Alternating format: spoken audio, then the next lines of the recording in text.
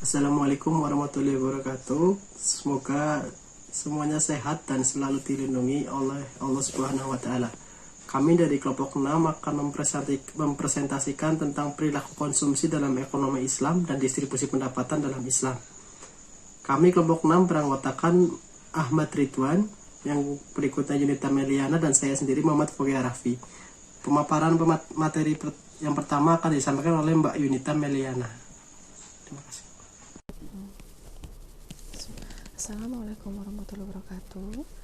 Saya Yunita Meliana 41219101 dari kelompok 6 yang akan mempresentasikan mata kuliah ekonomi Islam dengan tema perilaku konsumsi dalam ekonomi Islam dan distribusi pendapatan dalam Islam.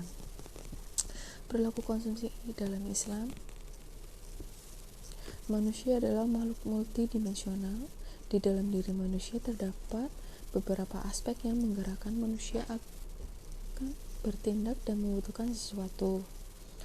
Aspek-aspek tersebut biasanya memberikan dasar pijakan bagi pengembangan suatu manusia. Terdiri atas unsur jasmani dan rohani yang dilengkapi dengan akal dan hati. Unsur-unsur manusia itu memiliki kebutuhan guna mempertahankan hidupnya. Manusia butuh makan, minum, dan perlindungan seperti dalam Al-Quran surah Al-A'raf ayat 31. Manusia tidak hanya terdiri atas tubuh fisik, karena persoalan manusia tidak bisa diselesaikan secara hukum fisik semata. Manusia juga makhluk biologis sehingga tunduk pada hukum-hukum biologis. Guna melestarikan keturunannya, manusia mempunyai alat reproduksi dalam dirinya yang ditandai oleh kecenderungan berupa seks dan berkembang biak. Tercantum dalam Al-Quran surah Ali Imran ayat 14. Manusia juga makhluk sosial yang didorong oleh watak aslinya untuk bergaul dengan manusia lain, serta keinginan manusia untuk membela kepentingan keturunannya dan mempertahankan kasih sayang antara saudara sedarah. Manusia juga merupakan makhluk moral spiritual yang mampu membedakan kebaikan dan kejahatan. Kualitas dari pertimbangan hati akan tergantung pada sistem nilai yang dianutnya dan intensitasnya mengingat ilahi yang diimaninya. Akumulasi interaksi antara nafsu, akal, dan hati inilah yang menentukan kualitas nilai dari seorang manusia. Diri yang seimbang hanya akan memenuhi kebutuhan yang sesuai dengan fitrahnya, yaitu artinya kebutuhan yang dihalalkan oleh Allah Subhanahu wa Ta'ala. Akal dan hati yang berkualitas pasti akan membatasi konsumsinya sebatas kebutuhan fitrahnya. Konsumsi yang melebihi kebutuhan fitrahnya adalah kebutuhan palsu yang justru akan merusak dirinya. Pengertian konsumsi itu sendiri yaitu konsumsi secara umum didefinisikan sebagai penggunaan barang dan jasa untuk memenuhi kebutuhan manusia. Dalam ekonomi Islam sendiri juga memiliki pengertian yang sama, tetapi memiliki perbedaan pada tujuan dan cara mencapainya. Perbedaan yang mendasar dengan konsumsi ekonomi konvensional adalah tujuan pencapaian konsumsi. Cara penyampaiannya harus memenuhi kaidah pedoman syariah Islami. Baik, saya akan melanjutkan materi PowerPoint kelompok kami. Selanjutnya yaitu urgensi konsumsi. Konsumsi memiliki urgensi yang sangat besar dalam setiap perekonomian dikarenakan tiada kehidupan bagi manusia tanpa konsumsi. Perilaku konsumen timbul akibat adanya kendala keterbatasan pendapatan di satu sisi dan adanya keinginan untuk mengkonsumsi barang dan jasa sebanyak-banyaknya agar memperoleh kepuasan maksimal. Urgensi konsumsi memiliki teori tingkah laku konsumen dapat dibedakan dalam dua macam pendekatan. Satu, pendekatan nilai guna kardinal, yang kedua pendekatan nilai guna ordinal. Hipotesis utama teori nilai guna atau lebih dikenal dengan sebagai hukum nilai guna marginal yang semakin menurunnya masyarakat bahwa bahan tambahan nilai guna yang akan diperoleh seseorang dari mengkonsumsi suatu barang akan menjadi semakin sedikit jika terus menambahkan konsumsinya atas barang itu. Terus pendekatan nilai guna kardinal. Walaupun teori ini telah berhasil menyusun formulasi fungsi permintaan secara baik, tetapi masih dianggap mempunyai beberapa kelemahan. Kelemahan dan kritik terhadap pendekatan ini adalah: satu, sifat subjektif; yang kedua, kontan marginal utility of money; yang ketiga, diminishing marginal utility yang sangat sulit diterima sebagai aksioma penilaian dari segi psikologis yang sangat sukar; yang ketiga, analisa kurva kepuasan sama atau pendekatan original. Asumsi dari pendekatan ini adalah: 1. Konsumen rasional. 2. Konsumen mempunyai pola preferensi terhadap barang yang disusun berdasarkan urutan besar kecilnya daya guna. 3. Konsumen mempunyai sejumlah uang tertentu. 4. Konsumen selalu berusaha mencapai kepuasan maksimum. 5. Konsumen konsisten. 6. Berlaku hukum transitif. Tujuan utama konsumsi seorang muslim adalah sebagai sarana penolong untuk beribadah kepada Allah Subhanahu wa taala. Sesungguhnya, mengkonsumsi sesuatu dengan niat untuk meningkatkan stamina dalam ketaatan pada Allah Subhanahu wa taala akan menjadikannya bernilai ibadah yang dengannya manusia mendapatkan pahala. Hal-hal yang mubah bisa menjadi ibadah jika disertai niat pendekatan diri kepada Allah Subhanahu wa taala, seperti makan, tidur, dan bekerja. Jika dimaksudkan untuk menambah potensi dalam mengabdi kepada Allah Subhanahu wa taala. Dalam ekonomi Islam, konsumsi dinilai sebagai sarana wajib di mana seorang muslim tidak bisa mengabaikan dalam merealisasikan tujuan yang dikehendaki Allah Subhanahu wa taala. Konsumen menurut Yusuf Al-Qaradawi: 1. Membelanjakan harta seorang muslim. 2. Tidak melakukan kemubaziran. Seorang muslim senantiasa membelanjakan hartanya untuk kebutuhan yang bermanfaat dan tidak berlebihan. Sebagaimana seorang muslim tidak boleh memperoleh harta haram dan membelanjakannya untuk sesuatu yang haram. Berikut sikap yang harus diperhatikan, yaitu menjauhi hutang dan menjaga aset yang mapan dan pokok. 3. Tidak hidup mewah dan boros. 4. Kesederhanaan. 5. Mementingkan kehendak sosial daripada keinginan yang benar-benar bersifat pribadi. 6. Konsumen akan berkumpul untuk bekerja sama dengan masyarakat dan pemerintah guna mewujudkan semangat Islam. 7. Konsumen dilarang mengkonsumsi barang atau jasa yang penggunaannya dilarang oleh agama Islam. Konsep penting dalam konsumsi. Pada dasarnya, konsumsi dibangun atas dua hal, yaitu kebutuhan atau hajat dan kegunaan atau kepuasan atau manfaat. Secara rasional, seorang tidak akan pernah mengkonsumsi suatu barang manakala dia tidak membutuhkannya, sekaligus mendapatkan manfaat darinya. Dalam perspektif ekonomi Islam, dua unsur ini mempunyai kaitan yang sangat erat atau interdependensi dengan konsumsi.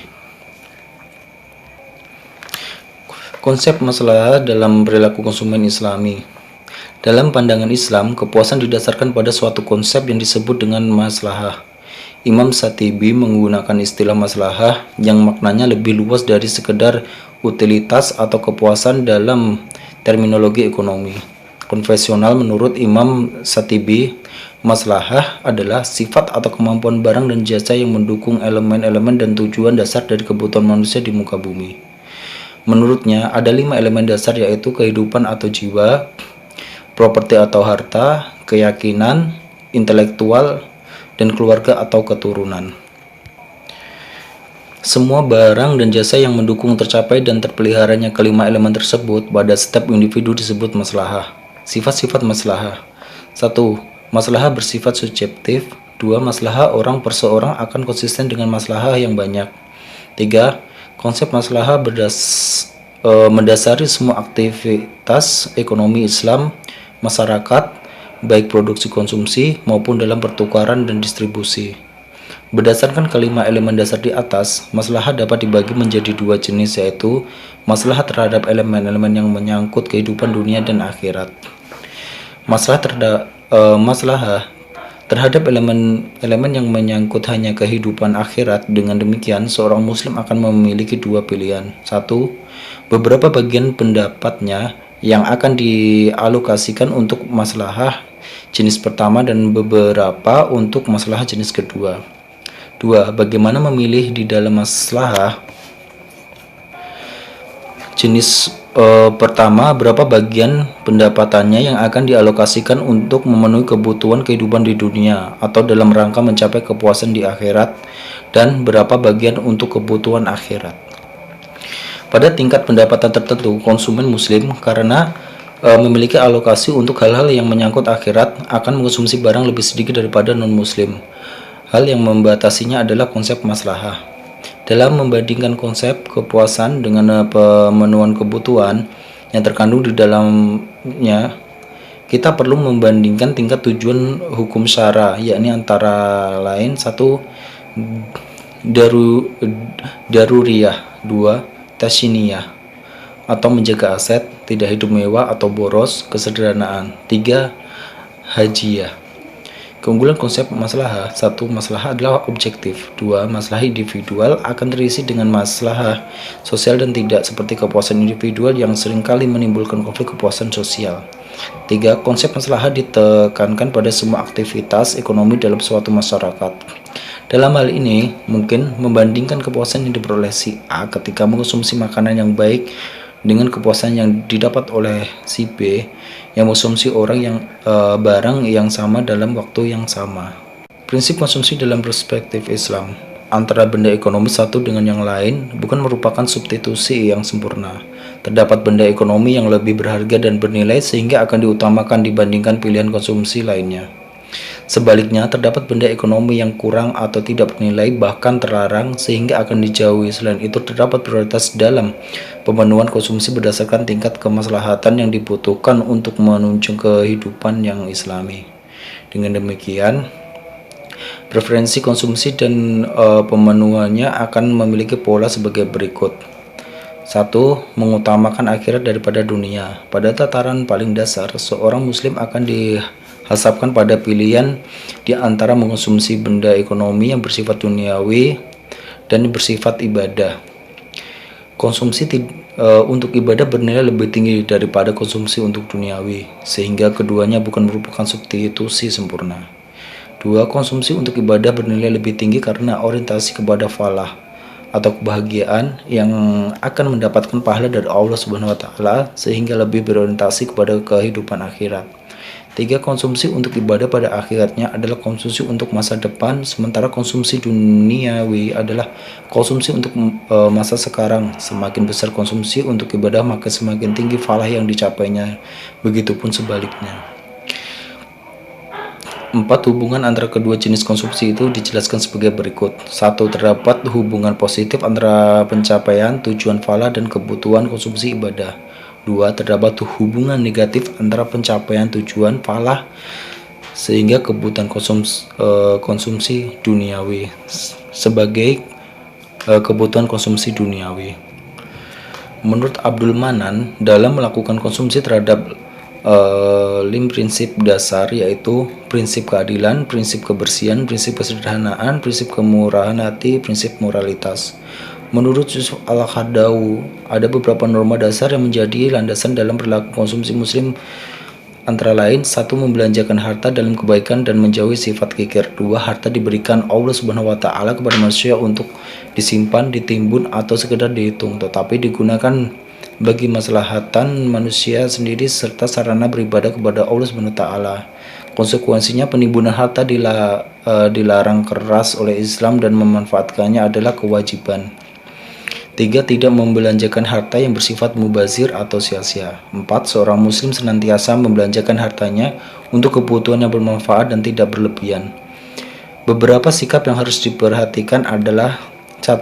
Menjauhi berhutang. 2. Setiap muslim diperintahkan untuk menyeimbangkan pendapatan dan pengeluarannya. Berhutang sangat tidak dianjurkan kecuali untuk keadaan yang sangat terpaksa. Selanjutnya saya akan melanjutkan materi ataupun PowerPoint dari kelompok kami. Yang selanjutnya yaitu kaidah konsumsi. Macam-macam kaidah konsumsi. 1. Kaidah syariah yang meliputi kaidah akidah dan kaidah ilmiah. Yang kedua, kaidah kuantitas yang meliputi kaidah kuantitas sederhana dan kaidah kesesuaian antara konsumsi dan pemasukan.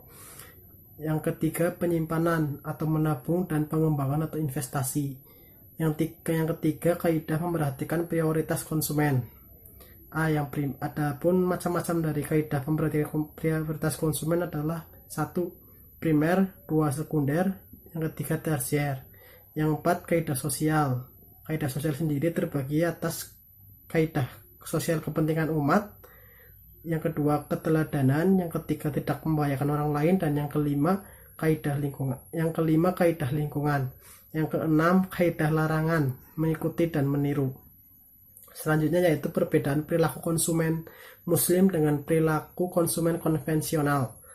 Konsumen muslim memiliki keunggulan bahwa mereka dalam memenuhi kebutuhannya itu tidak sekedar memenuhi individual atau materi, akan tetapi memenuhi kebutuhan sosial ataupun spiritual. Nah, konsumen muslim ketika mendapatkan penghasilan rutinnya, baik itu mingguan, bulanan, ataupun tahunan, tidak berpikir bahwa akan menghabiskan semuanya, tetapi mereka masih sadar bahwa ia hidup untuk mencari ridha Allah Subhanahu wa taala, atau yang disebut dengan fisabilillah. Dalam Islam, perilaku seorang konsumen muslim harus mencerminkan hubungan dirinya dengan Allah ataupun hablum minallah dan manusia atau hablum minan nas. Selanjutnya, konsep inilah yang tidak ada dalam ilmu perilaku konsumen konvensional. Dalam perspektif ilmu ekonomi konvensional adalah adanya saluran penyeimbangan dari saluran kebutuhan individual yang disebut dengan saluran konsumsi sosial. Al-Quran menganjurkan umat Islam agar menyalurkan sebagian hartanya dalam bentuk zakat, sedekah, dan infak. Hal ini menegaskan bahwa umat Islam merupakan mata rantai yang kukuh dan saling menguatkan satu sama lain. Selanjutnya, faktor yang mempengaruhi konsumsi. Pendapatan memainkan peran yang sangat penting dalam teori konsumsi dan sangat menentukan tingkat konsumsi. Selain itu juga ada faktor lainnya, yaitu selera, faktor sosial, ekonomi, kekayaan, keuntungan atau kerugian kapital, dan tingkat bunga serta tingkat harga. Selanjutnya, distribusi harga. Pengertian dan prinsip distribusi kekayaan. Distribusi pendapatan dalam Islam merupakan penyaluran harta, baik dimiliki oleh pribadi ataupun umum atau publik, kepada pihak yang berhak menerima yang ditujukan untuk meningkatkan kesejahteraan masyarakat sesuai dengan syariat. Instrumen-instrumen produksinya yaitu upah, bunga, sewa, dan keuntungan. Distribusi dalam ekonomi Islam didasarkan pada nilai-nilai manusiawi yang sangat mendasar dan penting, yaitu nilai keadilan dan nilai kebebasan. Selanjutnya, distribusi pendapatan sektor rumah tangga. Yang satu, sedekah wajibah, yang di dalamnya ada 1 nafkah, 2 zakat, 3 warisan. Yang kedua ada sedekah nafilah atau sunnah, yang di dalamnya terdapat infak, akikoh, wakaf, dan wakaf. Yang selanjutnya adalah hudud atau hukuman, yang di dalamnya terdapat kafarat. Yang kedua dam atau diat, dan yang ketiga adalah nazar. Tujuan syariat Islam adalah mewujudkan kemaslahatan manusia di dunia dan akhirat. Secara umum tingkat kemaslahatan ada 3, yaitu 1 al-zaruriyat, yang kedua al-hajiyat, dan yang ketiga tahsiniyat. Selanjutnya, distribusi pendapatan sektor negara. Negara harus mampu mendistribusikan sumber daya yang ada dengan baik. Artinya, kesempatan tidak hanya diberikan kepada sekelompok tertentu.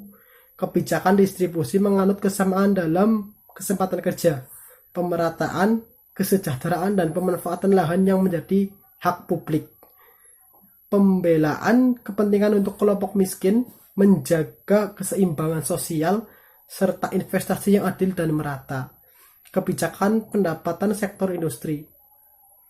Distribusi pendapatan sektor industri terdiri atas mudarobah, musyarakat, upah maupun sewa. Tujuan distribusi pendapatan dalam Islam adalah 1. Tujuan dakwah, yang kedua tujuan pendidikan, yang ketiga tujuan sosial, dan yang keempat tujuan ekonomi. Dampak distribusi dalam Islam. 1. Upaya penanggulangan kemiskinan dilakukan dengan memberikan stimulasi pada sektor pokok seperti pendidikan, kesehatan, bisnis, dan kebutuhan pokok lainnya. Yang kedua, upaya penanggulangan kemiskinan harus bersifat lokal dan spesifik.